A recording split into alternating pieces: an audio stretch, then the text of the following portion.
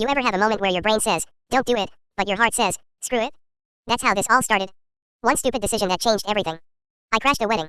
Not just any wedding, her wedding. It was a humid Saturday night in June. I'd just finished work, cracked open a beer, and was scrolling through my phone when a notification popped up. An email. You're invited to celebrate the union of Emily Carter and Daniel Brooks. At first, I almost deleted it. But then I saw the groom's name, Daniel Brooks, and my chest tightened.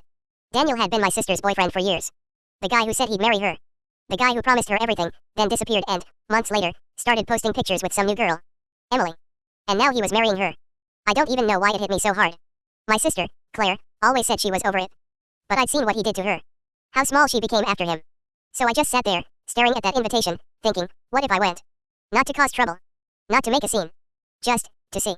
To see what kind of man could walk away from someone like Claire and smile through another ceremony. 2 hours later, I was in a wrinkled suit, driving across town to the Grand Silver Hotel. The place looked straight out of a movie, marble floors, chandeliers, waiters in black vests. Music, laughter, the smell of champagne and flowers everywhere. And then I saw her, the bride. Emily. She looked perfect. Too perfect. Like someone who'd practiced being happy. Daniel stood beside her, smiling for photos. He looked older, more polished, but it was him. The same grin, the same posture. I stayed near the bar, nursing a drink, trying to blend in. That's when I saw Claire.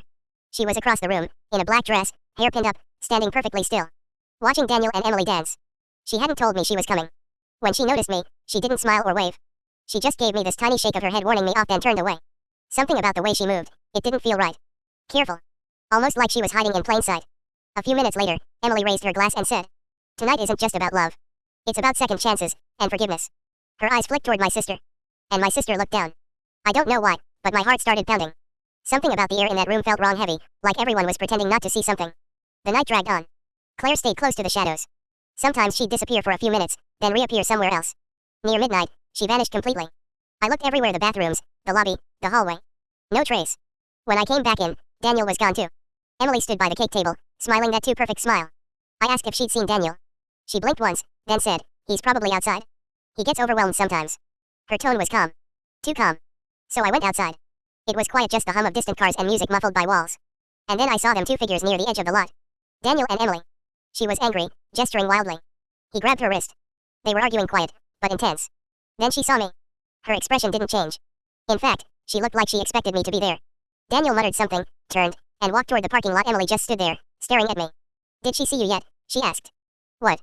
Her smile didn't reach her eyes. Your sister. Did she see you yet? I frowned. What are you talking about? She tilted her head slightly. You shouldn't have come. Then she walked past me, the smell of her perfume trailing behind. I went home that night trying to make sense of what she'd said. Did she see you yet? You shouldn't have come. By the time I finally fell asleep, it was already morning. I woke up to knocking. It was Claire. Her eyes were swollen.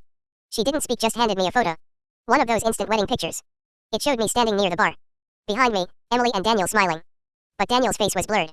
I looked up, confused, but before I could ask, she said, you did. Then she left. That was the last time I saw her. The next few days were a blur. I tried to find her. Called, texted, drove to her place, gone. No forwarding address. I called the hotel to ask about the wedding. The receptionist said there hadn't been a wedding that weekend, only a charity gala. I even went there in person. She checked the records twice. No Daniel Brooks. No Emily Carter. Nothing. I started questioning myself. Maybe I'd read the name wrong. Maybe I'd walked into the wrong event. But the photo, that damn photo, proved I hadn't imagined it. Or at least, that's what I thought. Then, one morning, I found another envelope under my door. No return address. Inside, a second photo. Same ballroom. Same bride and groom. Except this time, I was in the background. Only it wasn't me that night, it was me now. Same jacket, same unshaved face, same tired expression. On the back were 3 words. You weren't supposed to see it. That's when I went back to the hotel again. The ballroom was empty, lights dimmed, chairs stacked. But there was something sitting in the center of the room, a bouquet of fresh white roses. I just stood there, staring. And then I heard her voice. You came back. Emily. Same white dress. Same calm, steady tone. I felt my chest tighten. What is this? Where's my sister? She didn't move. You really don't remember, do you? Remember what? She stepped closer. She wasn't supposed to be there. Neither were you. What are you talking about?